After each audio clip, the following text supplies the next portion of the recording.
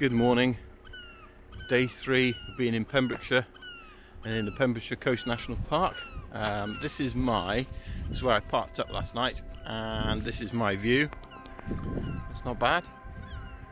Just on an estuary, really. It seems to have these saltwater pools and obviously the main estuary out there. Not much of a sunrise this morning, but pretty good anyway. Join me on my solo road trip along 200 miles of magnificent coastline of the Pembrokeshire Coast National Park as we explore its beautiful beaches, dramatic coastline, colourful seaside towns, historic castles and ancient monuments. This is the Pembrokeshire Coast 200. So just around the corner from me is a little village, hamlet, whatever, called Dale. Little fishing area. I think you can get boats out from there, so I'm going to head over there first, see if there's any coffee going in the coffee house over there. They seem to do breakfast as well, so if we get lucky we could have breakfast done for us. And then I think I'm then going to head up towards St David's today. I think that's going to be the aim, so I'm going to kind of go north of where I am and follow the coast round until we get to St David's, which is that furthest westerly point in Wales, I believe. Anyway, it's probably one of the biggest cities in the area. I call it big, but I think as St David's goes, it's not massive. It's probably one of the smaller cities we have in the UK. But yeah, I think that's where we're going to try and head to today.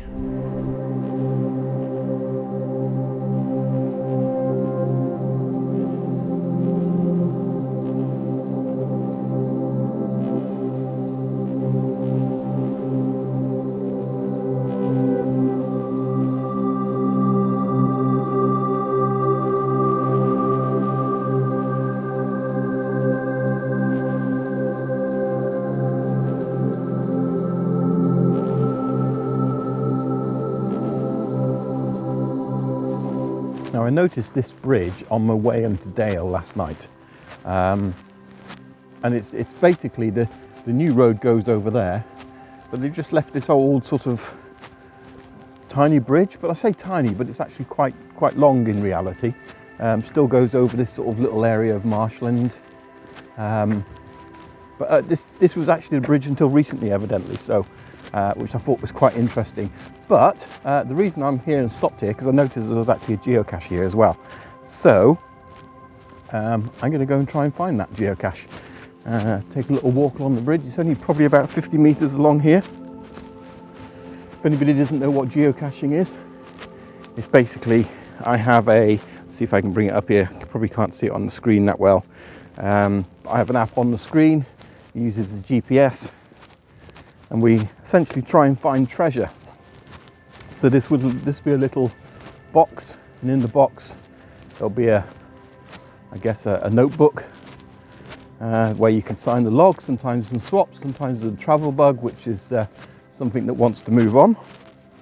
But yeah, it's a cool little bridge. I mean, the reality is, because of the way this land is, it literally is marsh and little river inlets, outlets like a delta.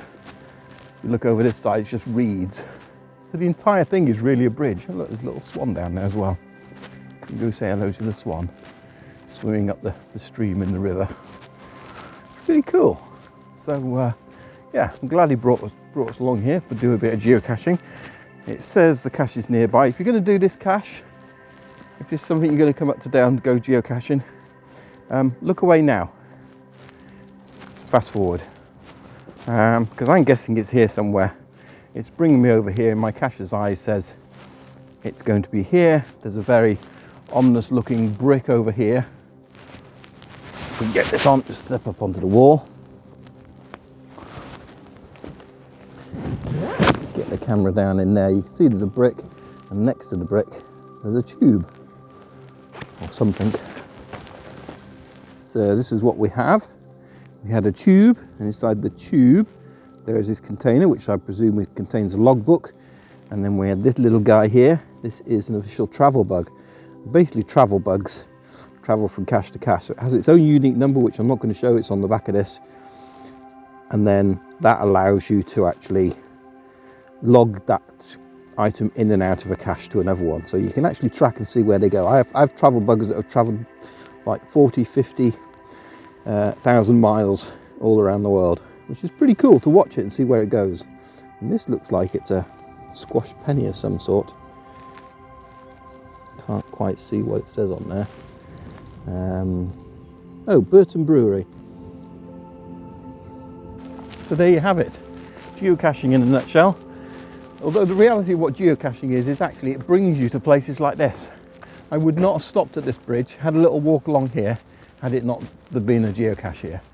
So it's really cool for that, the fact that you can explore the countryside and yeah, just go places you may not have gone before, or you wouldn't think of going. It just takes you to you know, places where local people, local cachers know, and they bring you there, which I think is fantastic. So yeah, go and check out geocaching.com. I'm not in any way affiliated. I've been a geocacher since probably about 2000, 1999, something like that. Maybe a bit longer, I don't know. But yeah, go and have some fun, get out in the countryside with your phone, and your GPS and treasure.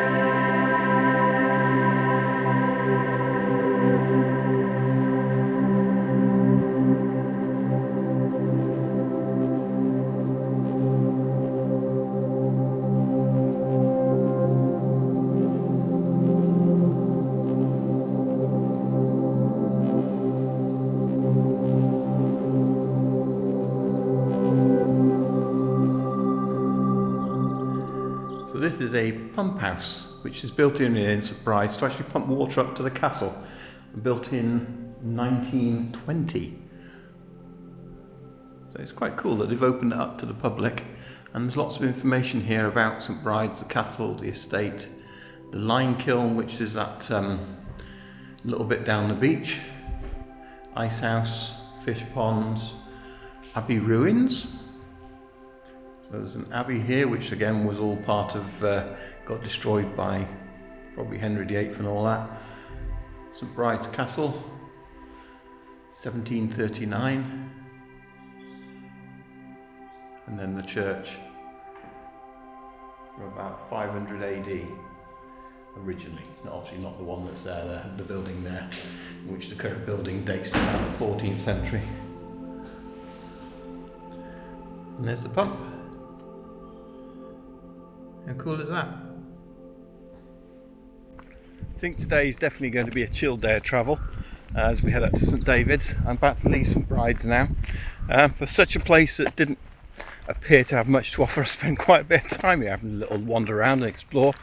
Made some coffee and all that kind of stuff. So yeah, just feeling the chill vibes today in terms of travel, and just taking in all the beauty that is here in Pembrokeshire Coast. Who knew they grew so many daffodils here in Pembrokeshire? This is just a small field. I noticed them this morning, and they are cutting a load of these. So I'm not quite sure what they're for, because they're in full bloom, so I don't think they're to sell, but if anybody knows, let me know down in the comments.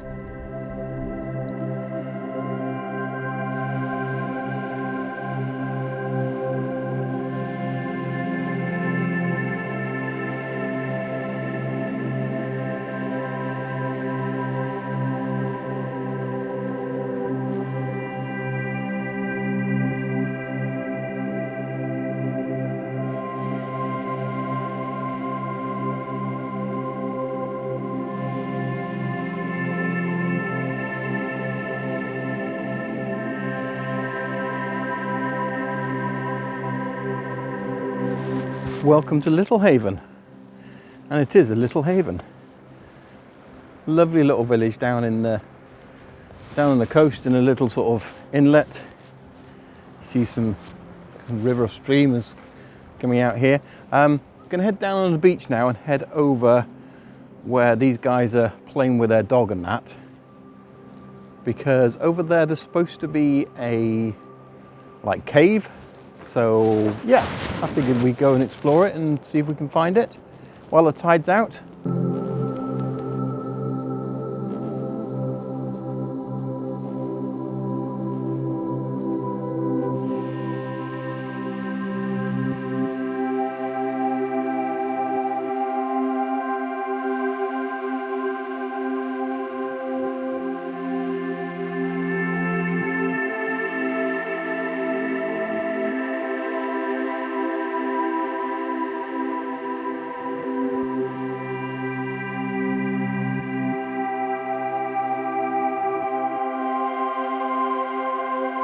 So this cove would have been formed millions of years ago, at least it started to. And you can actually see this in the geology of the rock, where the earth would have been flat, and then like a bit of paper, if you push the sides in, you get these sort of wrinkles or inclines, and that's what's been formed here. And then the softer earth underneath has then, over that period of time, just been washed away by the actions of the sea, and that's caused this cove. So we get the stronger rocks at the bottom, which kind of curve over, and then the softer rocks at the bottom, which have then been washed away. I am a bit of a nerd, so I do love it when you can see geology in action in the real world.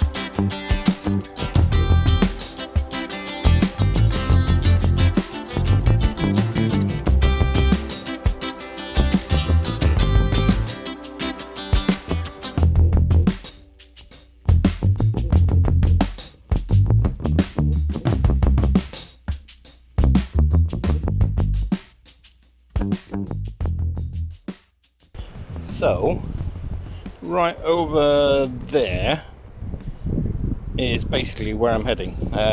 That's the city of St David's, which is no bigger than a village, I don't think. That's where we're heading. It's only actually about 20 minutes on the road, but yeah, the way I drive and the way I keep stopping, might get there by dinner time.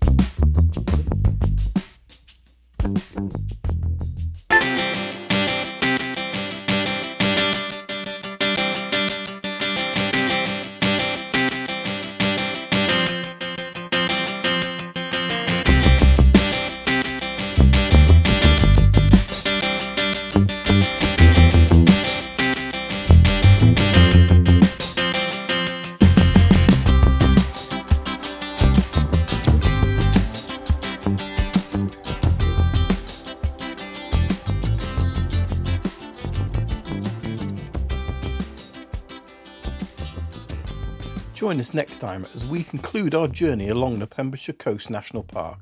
We look for the birthplace of St David, explore a hidden blue lagoon, and discover not one but 2 Neolithic tombs. Join us on the Pembrokeshire Coast 200. How did I get here again? I was just here maybe 2 hours ago. How did I